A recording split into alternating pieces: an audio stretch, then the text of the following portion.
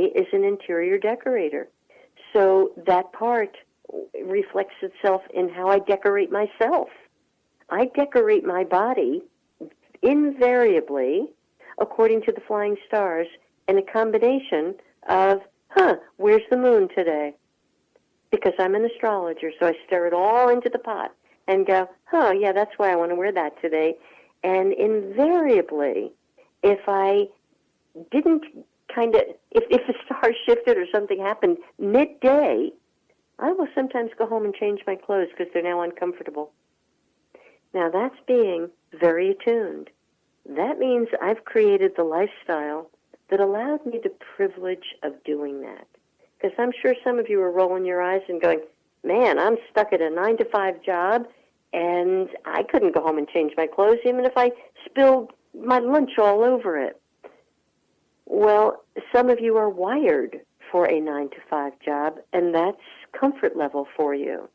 My wiring is not that. And that's called getting to know you, getting to know all about you, and you need to get to know you. Who are you? What are you here for?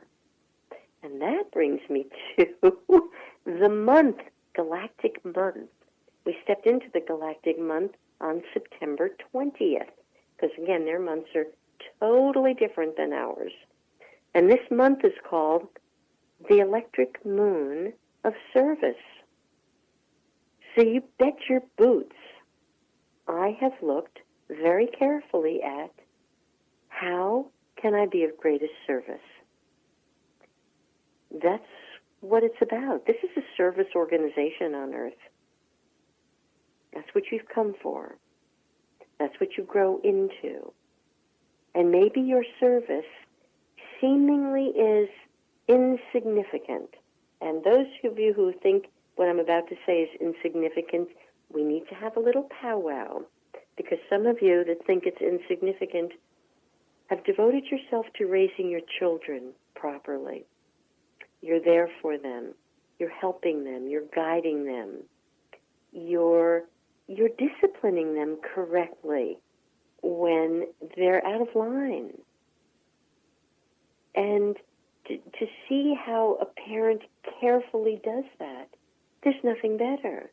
Because the children are the future. You know, by the time you're a parent, sorry, we're sort of has-beens. Yes, we are the mentors. We are the watchful ones. We are guides, but it's the children. And we want to encourage in them the proper ability to speak up, the ability to be creative, the ability to be independent and stand on their own 2 feet. Maybe that's the greatest gift I've given my son, who is comfortably independent within his nature. Do I always, look, I'm a mother, do I always 100% agree with, maybe that thing? Actually, probably 98% in the case of my son, because maybe it's because I did a darn good job. Maybe it's because I really, sincerely love him. What a concept. And maybe it's because we had it very challenging. His daddy died when he was 6 years old. We became the Bobbsey twins. We both had to grow up together. And that's love. And I didn't throw him into this thing so I could run and do that. There was consistency. There was a discipline. If anything, he didn't always agree with what I was about because he's much more scientific than I. He's an architect and a mystic. Simply because I'm his mother, I get it.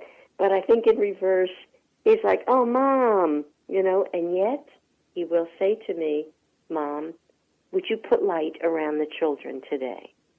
Mom, would you talk to somebody in my office? They're having a hard time. He's even said, Mom, would you bring your new device to my office? His office deals with NASA. And I'm like, oh, yeah, I can do this.